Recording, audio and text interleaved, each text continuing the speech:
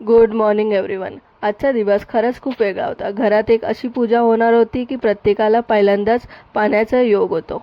नमस्कार मित्रांनो, आज मी तुम्हाला आमच्या घरची एक खूपच खास पारंपरिक गोष्ट दाखवणार आहे. आज आमच्या घरी कुंभारकुंडाची पूजा होती.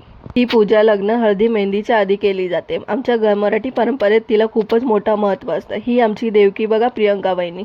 आज घरात एक वेगळीच गडबड होती. वहिनीच्या घरची मंडळी आली होती, माझी आत्या पण आली होती. सगळेजण तयारीमध्ये गुंतले होते. सगळी तयारी बघून आमची ब्राईड बघा साईडला स्माईल करत होती. शेवटी पूजा सुरू झाली. हे फक्त मराठी कास्टमध्ये रिच्युअल असतात, एवढी भारी. आमची पाहुणी लहान मुलगी कथा खेळत होती. ही पूजा खरं तर देवका आणि देवकीनीच करायची असते आणि ही पूजा आमची सक्सेसफुली त्यांच्यामुळेच पार पडली.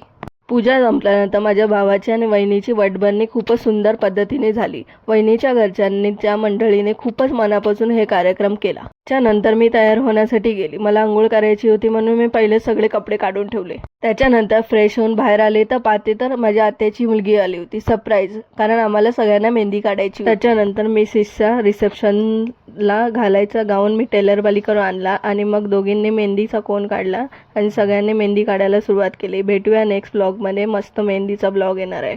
Thanks for watching.